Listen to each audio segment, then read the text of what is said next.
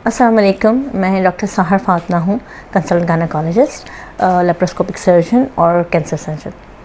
आज हम जिस टॉपिक के बारे में बात करेंगे वो है विटामिन B12 की डेफिशिएंसी।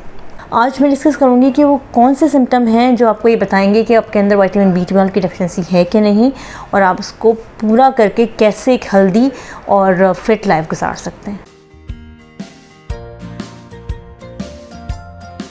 मज़ीद वीडियोस देखने के लिए हमारे YouTube चैनल को सब्सक्राइब करें और बेल आइकन दबाएं। डॉक्टर से मुआयने के लिए दिए गए नंबर्स पर रब्ता करके अपॉइंटमेंट लें और क्लिनिक पर तशरीफ़ लाएं, या फिर घर बैठे ऑडियो वीडियो कंसल्टेशन के ज़रिए मशवरे के लिए दिए गए नंबर्स पर रब्ता करें। बॉडी में हमारे बहुत से वाइटामिन्स होते हैं जिनकी बॉडी के नॉर्मल फंक्शन के लिए ज़रूरत होती है, और उनमें से विटामिन B12 एक बहुत इम्पॉर्टेंट विटामिन है जो हमारी नर्व्स की माइलिनेशन करता है, और इसकी एडिक्वेट क्वांटिटी बहुत ज़्यादा इम्पॉर्टेंट होती है हमारी बॉडी के नॉर्मल फंक्शन के लिए। अनफॉर्चुनेटली हमारी बॉडी विटामिन B12 नहीं बनाती और हम फूड सोर्स पे डिपेंड करते हैं विटामिन B12 के लिए। इसमें एग, फिश, चिकन, लिवर शामिल हैं जिनके इस्तेमाल से हम विटामिन B12 बॉडी में लेते हैं। रोज़मर्रा की लाइफ में हम बहुत सारे ऐसे सिम्टम्स इनकाउंटर करते हैं जो बेसिकली विटामिन B12 की डेफिशिएंसी की वजह से होता है, मगर क्योंकि हमें पता नहीं होता इसलिए हम अपना विटामिन B12 लेवल चेक नहीं कराते और ना ही प्रॉपर मेडिकेशन लेते हैं। विटामिन B12 की डेफिशिएंसी से रिलेटेड बहुत सारे सिम्टम्स हैं, और उनमें से जो एक बहुत कॉमन सिम्टम है वो tingling sensation in hand and feet है। बहुत से लोगों को अपने हाथों और पैरों में सुइयाँ सी चुभती हुई महसूस होती हैं या फिर सनसनाहट महसूस होती है, और इसकी वजह विटामिन B12 की डेफिशिएंसी होती है, क्योंकि विटामिन B12 हमारी नर्व्स की माइलिनेशन या नर्व्स की नॉर्मल ग्रोथ और मेंटेनेंस के लिए चाहिए होता है, और अगर विटामिन B12 नहीं हो तो हमारी नर्व्स प्रॉपर फंक्शन नहीं कर पाते, और इसीलिए इन नसों में जो हमें सनसनाहट होती है वो हमें फ़ील होती है जैसे हमारे हाथों में कोई सुइयाँ से चुभ रही हूँ। तो अगर आपको इस तरह का सिम्टम है तो उसका मतलब है कि आप में विटामिन B12 डेफिशिएंट है। दूसरा एक बहुत कॉमन सिम्टम है हेडेक। एक रिसर्च ने बताया है कि 50% वो फीमेल जो ये कंप्लेन करती थी कि उनके सर में हर वक्त थोड़ा बहुत सर दर्द रहता है, सर भारी होता है या दिमाग में सनसनाहट सी फील होती है, उनका विटामिन B12 नॉर्मल लेवल से काफ़ी कम था। इसी रिसर्च में जब उन्होंने फीमेल्स को B12 देना शुरू किया तो उनके हेडेक में बहुत कमी आई। यंग बच्चे जो स्कूल जा रहे होते हैं, स्कूल गोइंग, और स्पेशली बच्चे जो प्राइमरी स्कूल में होते हैं, उनमें भी अगर vitamin B12 through diet adequate amount में नहीं मिल रही हो तो उनमें भी कंप्लेन होती है कि बच्चे कंसंट्रेट नहीं कर पा रहे, बहुत थके रहते हैं और सर दर्द की कंप्लेन करते हैं। तीसरा सिम्टम है फटीग। विटामिन B12 की डेफिशिएंसी में इस तरह का फटीग होता है जिसमें एक ह्यूमन को लगता है कि वो रात भर एडिक्वेट नींद लेकर उठा, 8 से 9 घंटे की आप नींद भी ले रहे होते हैं, आप एडिक्वेट रेस्ट भी कर रहे होते हैं, मगर आपकी बॉडी हमेशा थकी हुई रहती है। स्पेशली जब सुबह में उठते हैं तो आपको लगता है आप सो के फ्रेश नहीं हैं, आपके कमर में दर्द है, आपके मसल्स में दर्द है, आप थके हुए हैं, लेथार्जिक हैं। अगर ये सिम्टम हो तो इसका मतलब ये आपकी जो फटीग है ये विटामिन B12 की कमी की वजह से है, और B12 एडिक्वेट डाइट लिए बगैर ये सही नहीं हो सकती। चौथा सिम्टम है डिप्रेशन। हमारे दिमाग की नसों को विटामिन B12 चाहिए माइलिनेशन के लिए, और अगर वो सही नहीं हो तो हमारे ब्रेन में बहुत सारे सिम्टम्स होते हैं जो विटामिन B12 की डेफिशिएंसी की वजह से होते हैं। उनमें सबसे कॉमन सिम्टम है डिप्रेशन। रिसर्चेस बताती हैं कि जो बच्चे जिनको इन्फेंसी में या यंग एज में विटामिन B12 रिच डाइट नहीं मिलती या उनके अंदर विटामिन B12 कम होता है, ऐसे बच्चे आमतौर पे बहुत लेथार्जिक रहते हैं, दूसरे लोगों से अलग रहते हैं, खेल कूद में ज़्यादा कंट्रीब्यूट नहीं करते, डिप्रेशन और एंग्जाइटी का शिकार ज़्यादा होते हैं। इनमें वो बच्चे भी शामिल हैं जिनकी माएँ during pregnancy vitamin B12 deficient होती हैं। ऐसे बच्चे आगे जाके नॉर्मल बच्चों की तरह बहुत जल्दी एक्टिविटीज़ अडॉप्ट नहीं करते और स्लो रहते हैं। यंग लोगों में ये देखा गया है कि जिनका विटामिन B12 लेवल कम होता है वो बहुत ज़्यादा डिप्रेशन में रहते हैं, एंग्जाइटी में होते हैं, कुछ बहुत ज़्यादा एजिटेटेड या गुस्से में रहते हैं, कुछ बहुत ही आइसोलेटेड हो जाते हैं, स्लीपलेसनेस का शिकार होते हैं, एंग्जाइटी का शिकार होते हैं, या उनको क्राइंग स्पेल आती है, यानी छोटी सी बात पे भी बहुत ज़्यादा रोने लगते हैं। ऐसे लोगों का विटामिन B12 लेवल यूजुअली कम होता है, और ये सारे सिम्टम आराम से रिजॉल्व हो सकते हैं अगर विटामिन B12 एडिक्वेट अमाउंट में दिया जाए। 2019 में एक यूनिवर्सिटी में रिसर्च की गई जिसमें देखा गया कि 40 to 50% वो स्टूडेंट जिनका विटामिन B12 लेवल कम था, वो अपनी पढ़ाई में अच्छे स्कोर नहीं कर पा रहे थे या कंसंट्रेशन पढ़ाई में कम थी, उनकी मेमोरी भी बहुत ज़्यादा अच्छी नहीं थी और इसके साथ साथ उनमें मेगालोब्लास्टिक एनीमिया भी था जो विटामिन B12 की डिफिशिएंसी की वजह से होता है।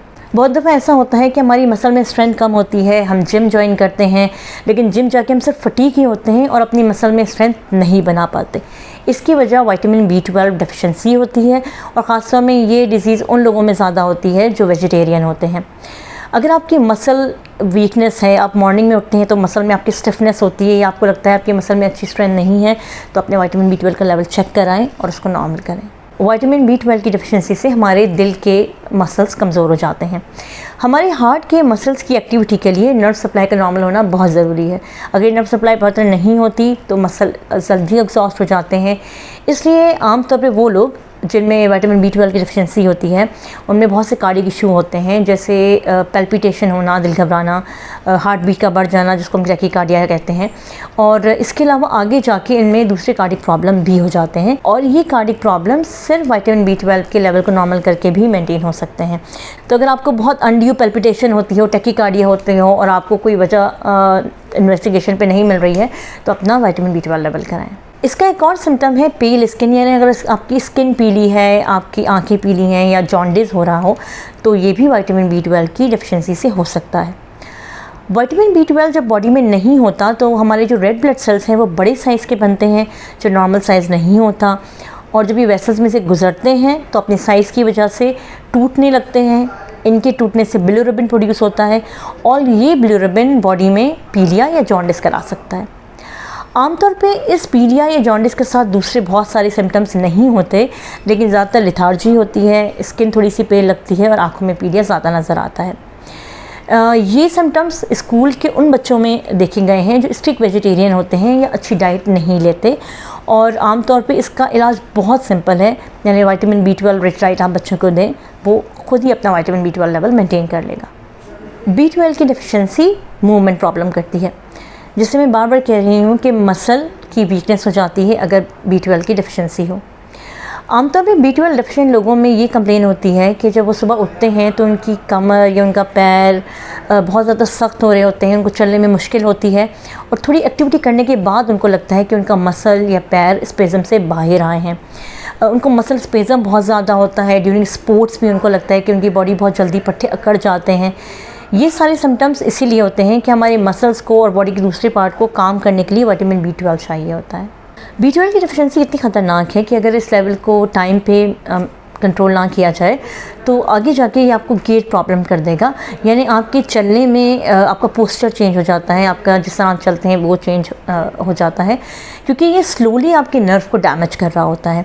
और अगर इसको इग्नोर किया जाए तो आगे जाके ये कोई परमानेंट डिफेक्ट डाल देता है। जैसे आपने देखा है कुछ लोग आहिस्ता आहिस्ता लंगड़ा के चलने लगते हैं या वक्त से पहले ही यंग एज में उनको ये प्रॉब्लम होती है कि उनको गेट चेंज होने लगती है। इसकी वजह विटामिन B12 की डेफिशिएंसी है जो हमारे पट्टों को कमज़ोर कर रहा होता है। अगर इसको सही टाइम पे ठीक कर लिया जाए तो ये कंट्रोल किया जा सकता है, अदरवाइज़ लॉन्ग टर्म में ये डिसेबिलिटी भी कर सकता है। बहुत से लोगों को आंखों में धुंधलापन की शिकायत होती है और वो जाके बार बार आई टेस्ट करवाते हैं और उनकी विज़न बिल्कुल सही होती है, लेकिन उसके बावजूद उनको आंखें थकी हुई लगती हैं या ब्लर्ड विज़न लगता है, स्पेशली अगर वो बहुत ज़्यादा पढ़ रहे हों या कंप्यूटर के आगे बैठे हों तो आंखों में धुंधलापन हो जाता है। इसकी वजह ये होती है कि जो हमारी ऑप्टिक नर्व है यानी आँख को सप्लाई करने वाली नर्व, इसकी डीमाइलिनेशन होना शुरू हो जाती है विटामिन B12 की डेफिशिएंसी की वजह से, और ये आहिस्ता आहिस्ता जाकर आपकी विज़न को ख़राब करने लगती है। जिस तरह ब्लड विज़न होने लगती है, आंखें धंधाने लगती हैं, आंखें बहुत ज़्यादा थकी हुई रहती हैं, और अगर इस चीज़ को सही टाइम पे नहीं कंट्रोल किया जाए तो आगे जाके आपको दूसरी आंखों की प्रॉब्लम हो सकती हैं। सो अगर आप चाहते हैं कि आपकी विज़न सही रहे और आपको बहुत अरसे तक ग्लासेस यूज़ करने की ज़रूरत नहीं पड़े तो आज ही अपना विटामिन B12 लेवल चेक भी करें और उसको मेंटेन भी करें। B12 की डेफिशिएंसी की वजह से बॉडी में एनीमिया हो जाता है, यानी खून की कमी। इसको मेगालोब्लास्टिक एनीमिया कहा जाता है। इसमें रेड ब्लड सेल्स बड़े साइज़ के बनते हैं जो एबनॉर्मल साइज़ के होते हैं। ये हमारे ब्लड वेसल से क्योंकि नॉर्मल साइज़ के नहीं होते इसलिए ब्लड वेसल्स में टूटने लगते हैं और इनकी टूटने से पीलिया हो जाता है। इसके अलावा क्योंकि बॉडी के दूसरे ऑर्गन को एडिक्वेट ब्लड सप्लाई नहीं जाती और वो ऑक्सीजन डेफिशिएंट हो जाते हैं, इसलिए उनके फंक्शंस कम होने लगते हैं। जैसे मैंने कहा कि मसल में वीकनेस हो जाती है, स्पेशली पैरों के मसल और बैक के मसल में स्टिफनेस रहती है, और इसके अलावा उनमें स्पैज़म रहती है, बार बार वो बहुत अच्छी एक्टिविटी नहीं कर पाते। आपकी बॉडी आपका वज़न नहीं उठा पा रही होती, आप जल्दी थक जाते हैं, आपकी बॉडी एडिक्वेट काम नहीं करती, और इसके अलावा ब्रेन पे भी इफ़ेक्ट होते हैं, जैसे अर्ली मेमोरी लॉस और पुअर कंसंट्रेशन। एक स्टडी की गई जिसमें ओल्ड हाउस में रहने वाले लोगों का B12 लेवल चेक करवाया गया, और जिनका B12 लेवल कम था उनको विटामिन B12 दिया गया, और ये ऑब्ज़र्व किया गया कि जिनको विटामिन B12 दिया गया उनकी मेमोरी वापस आने लगी। तो ना सिर्फ विटामिन B12 उन लोगों के लिए ज़रूरी है जिनको लगता है कि उनकी मेमोरी कम हो रही है, बल्कि वो लोग जिनकी मेमोरी स्पेशली ओल्ड एज में जिन लोगों की मेमोरी जा रही हो, उनको विटामिन B12 सप्लीमेंट दिए जाते हैं ताकि उनके ब्रेन को विटामिन B12 मिले, ब्रेन अच्छा फंक्शन करना शुरू करे और उनकी मेमोरी और कंसंट्रेशन बेहतर हो जाए। विटामिन B12 की डिफिशेंसी आमतौर पे ओल्ड एज में ज़्यादा देखी जाती है, क्योंकि ओल्ड एज में विटामिन B12 की एब्जॉर्प्शन बॉडी में कम हो जाती है। 20% लोग जो 60 से अबव एज के होते हैं उनमें विटामिन B12 डिफिशिएंट हो जाता है, तो उन सब के लिए ज़रूरत होते हैं कि हम उनको ऐसे मल्टीविटामिन दें जिसमें B12 है। विटामिन B12 की डिफिशेंसी की 3 वजहें होती हैं, या तो मेल न्यूट्रिशन, मेल एब्जॉर्प्शन, या फिर डिफरेंट मेडिसिन और सर्जरी। मेल न्यूट्रिशन आमतौर पर उन लोगों में होता है जो स्ट्रिक्ट वेजिटेरियन होते हैं, जो अपनी डाइट में वो चीज़ें नहीं लेते जो विटामिन B12 रिच हो, और वो मल्टीविटामिन्स भी नहीं लेते। मेल एब्जॉर्प्शन उन लोगों में होता है जिनको मेगलोब्लास्टिक एनीमिया हो या आंतों की बीमारी हो, जैसे क्रोहन्स डिजीज़। इन केसेस में बॉडी में B12 एब्जॉर्ब नहीं होता और बॉडी डेफिशिएंट हो जाती है। तीसरे वो लोग होते हैं जो कुछ ऐसी मेडिसिन ले रहे होते हैं जो वेट लॉस के लिए होती हैं, जैसे ऑर्लिस्टेट, और वो लोग जो वज़न कम करने के लिए डिफरेंट सर्जरीज़ करवाते हैं, जैसे बेरेटिक सर्जरीज़ और दूसरी सर्जरी। इन सब सर्जरीज़ और मेडिसिन की वजह से बॉडी विटामिन B12 एब्जॉर्ब नहीं करती और ये सारे सिम्टम्स आने लगते हैं। हमारी बॉडी विटामिन B12 नहीं बनाती, मगर हम डाइट के ज़रिए या मेडिसिन के ज़रिए इसका लेवल मेंटेन कर सकते हैं। स्पेशली वो डाइट जिसमें egg, fish, chicken, meat, liver, low fat milk और योगर्ट शामिल होते हैं, ये हमारी विटामिन B12 की डेफिशिएंसी को पूरा करते हैं। इसके अलावा वो मल्टीविटामिन जिनमें B12 का लेवल एडिक्वेट हो वो आप इस्तेमाल करें, इससे आपकी बॉडी में B12 का लेवल मेंटेन हो जाता है और आपको ये सारे सिम्टम्स नहीं होते। एक बॉडी को हेल्दी रहने के लिए B12 बहुत ज़रूरी है, मगर हम में से ज़्यादातर लोगों को ये बात पता नहीं होती, और इसलिए हम इन सारी प्रॉब्लम्स को फेस कर रहे होते हैं, डिफरेंट चीज़ों की दवाएं ले रहे होते हैं, जबकि इसकी वजह सिर्फ B12 की डेफिशिएंसी है जो हम अपनी डाइट से पूरी कर सकते हैं। Thank you so much for watching this video. अगर आपको हमारी वीडियो पसंद आई हो तो इसको लाइक करें और हमारे चैनल को सब्सक्राइब करें।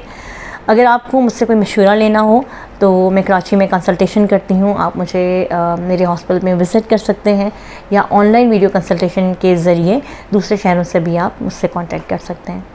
Thank you.